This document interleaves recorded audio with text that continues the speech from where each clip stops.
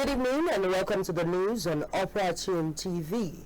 I am Miriam, okay? First, the headlines.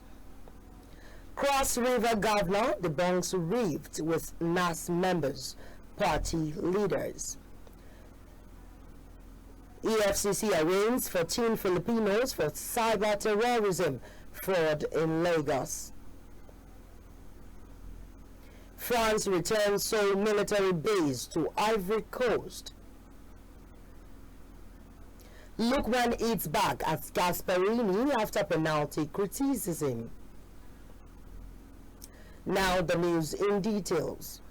Cross River State Governor Bassi Otu debunked claims of being at loggerheads with some National Assembly members, specifically Senator Azuko Ekpeyong, representing Cross River South. The governor states that the re-election of members of the National Assembly in 2027 will be determined by constituents and not him. Otu says despite the rumors, he maintains a close relationship with the leadership of the All Progressives Congress in the state, as well as members of the National Assembly from the state. He notes that 2027 is still far from being placed on the front burner. The governor admits pockets of issues that erupted from the recently concluded local government council elections in the state. However, he states that they were being resolved.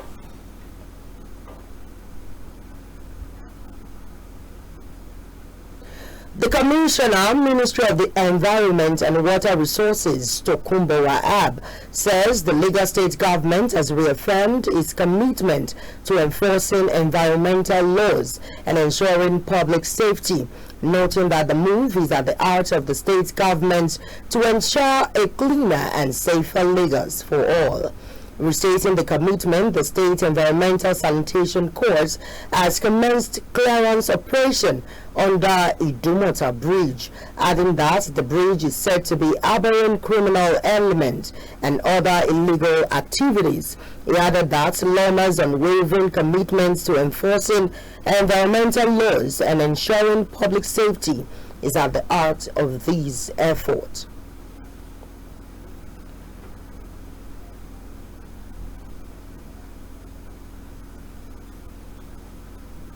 In another development, the Permanent Secretary of Health District 4, Dr. Abimbola Bowale, says the Sanwo-Olu's administration is committed to prioritizing health care, adding that every ward in the state will soon have its own primary health care center.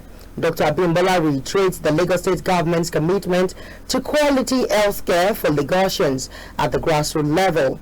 Bowale, who also serves as the supervising permanent secretary of the Primary Health Care Board, describes the division of the state into 6 health districts as a game changer that has transformed the health sector, bringing efficiency and effectiveness to the healthcare system, while commending the 6 permanent secretaries of the districts for their dedication.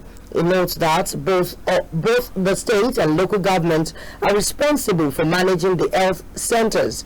However, the government will leave no stone unturned in ensuring that everyone, including those in riverine and remote areas, has access to quality health care. The permanent secretary further reiterates that the state's commitments to the health sector led to the employment of over 200 healthcare workers last month, including doctors, nurses, pharmacists, community health workers, and other medical professionals. Moving forward, the management of the Federal University Lokoja has ordered the indefinite closure of the institution following the tragic death of 5 students in a trailer accident at Felele City Center on Monday, February 17, 2025. The decision also comes in the wake of a protest by students on Wednesday, during which they barricaded the university gate in response to the incident.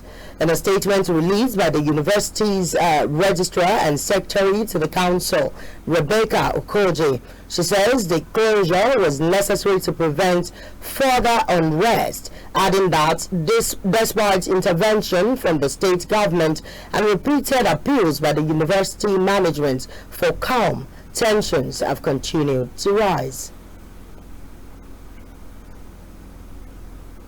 The Lagos State Zonal Directorate of Economic and Financial Crimes Commission has arraigned 14 Filipinos and a company, Genting International Co. Limited, before Justice Musa Kakaki of the Federal High Court, sitting in Ikoyi for cyber terrorism and internet fraud in Lagos. According to a statement obtained from EFCCs, the defendants are Maj Maranga, Zara Fabian, Jonalid Mendoza, Dominic Medina, Rachel Cabalona, Crystal Aquileska, Kathleen Pionella, Riza Kamara, Danica Silad, Rena May Eriba, China Samonte, Mary Grace, Dela Cruz, Seven C. Renovila, and Rose N. Gonzalez. EFCC says that the Filipinos are part of the 792-member syndicate of the alleged cryptocurrency investment and romance fraud suspects arrested on December 10, 2024 in Lagos by operatives of the EFCC in a surprise operation tagged Eagle Flush Operation. The defendants were arraigned on separate charges bordering on cyber crimes, cyber terrorism, impersonation, possession of documents containing false pretense, and identity theft. Let's go on a short break. When we return, we'll bring you stories from the foreign scene. Please stay with us.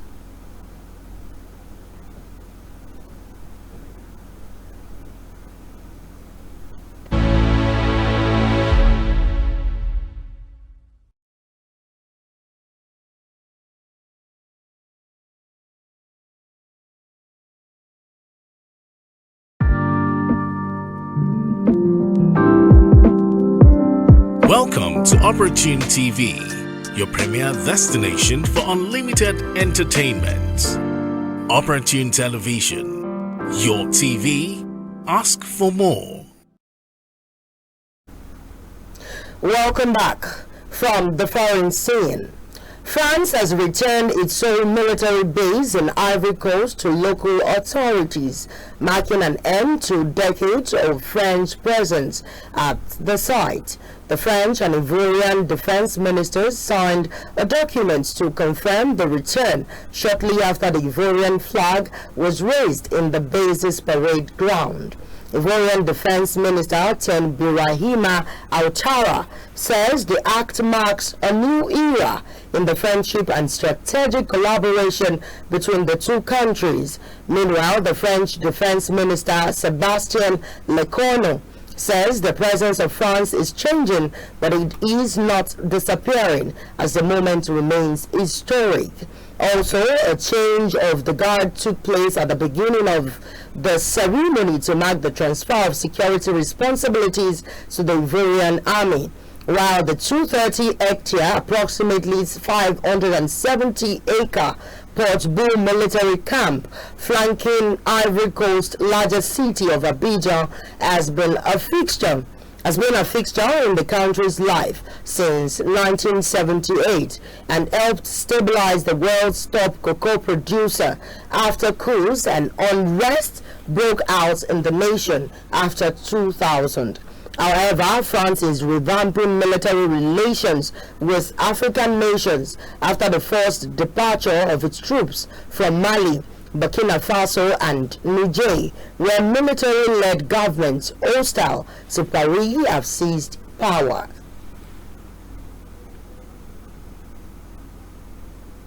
Earlier today, a consultative body appointed by Niger's junta proposed a 5-year timeline for the transition to civilian rule and the possibility of the country's military leaders standing for election.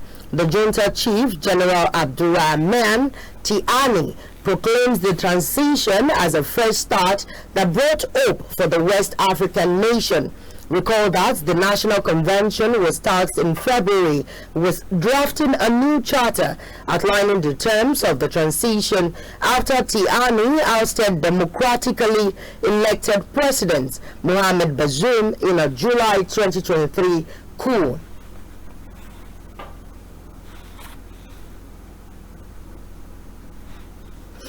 Again, we'll go on a short break. When we return, we'll bring you stories from the world of sport.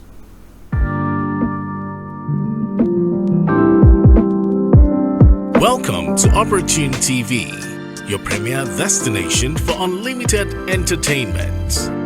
Opportune Television, your TV, ask for more.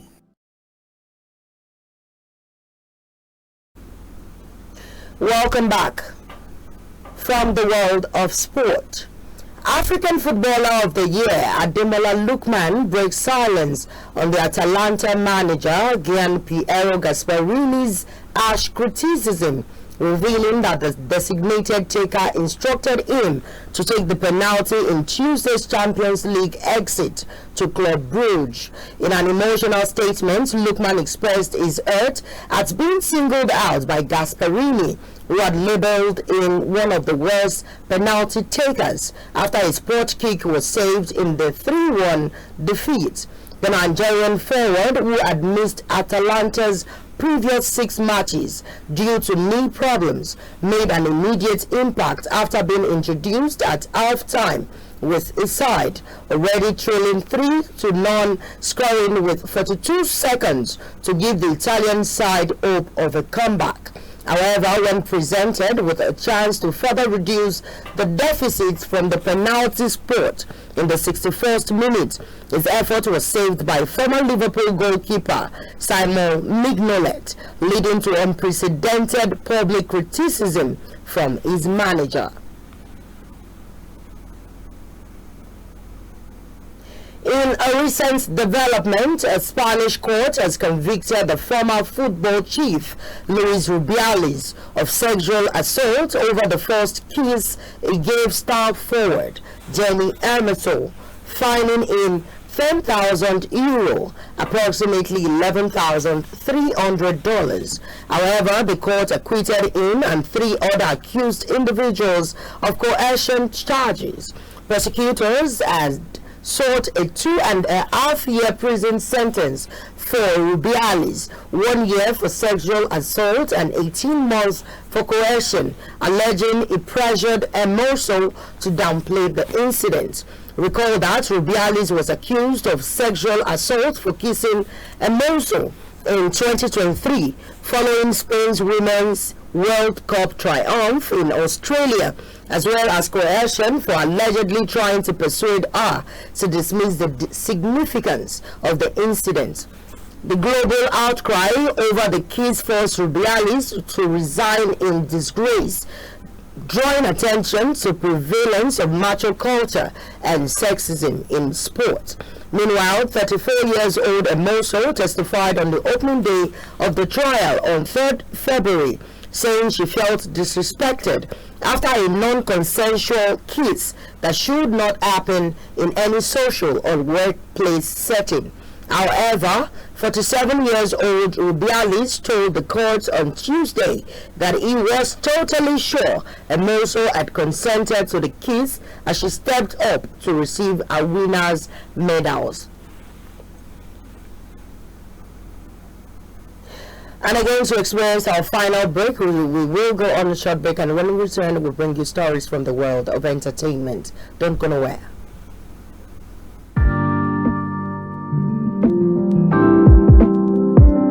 Welcome to Opportune TV, your premier destination for unlimited entertainment. Opportune Television, your TV, ask for more. Welcome back.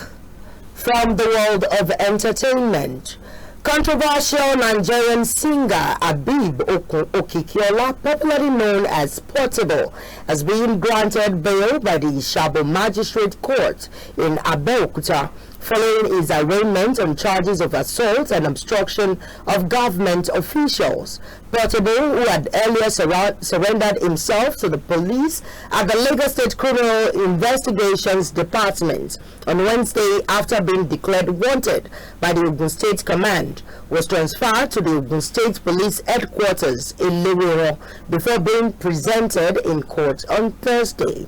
The singer faced a 5-count charge, including conspiracy, assault, restriction, being armed with cutlasses and guns, and conduct likely to cause harm. Meanwhile, he pleaded not guilty to all charges.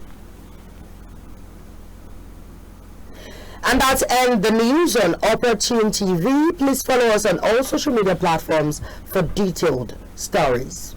I am Miriam Oke. Good evening.